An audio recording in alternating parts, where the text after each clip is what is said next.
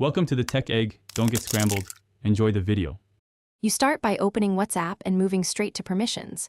Grant photos or storage access so the app can write images. Once done, make sure you have enough free storage and that battery saver or data restrictions are off. Those can block background saves. Now tap Settings in the app. On Android, you'll go to Chats and Media Visibility. On iPhone, go to Chats. This gets you to the controls that actually toggle automatic saving of incoming photos. You now enable the concrete options. On Android, go Settings, Chats, then Media Visibility and turn it on so media appears in your gallery. On iPhone, go Settings, Chats, and switch on Save to Camera Roll so photos are copied to your Photos app.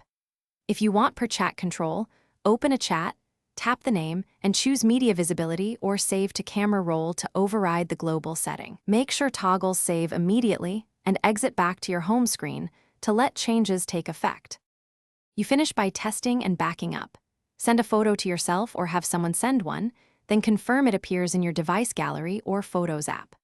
Once verified, enable regular chat backups to include media so saved photos are protected.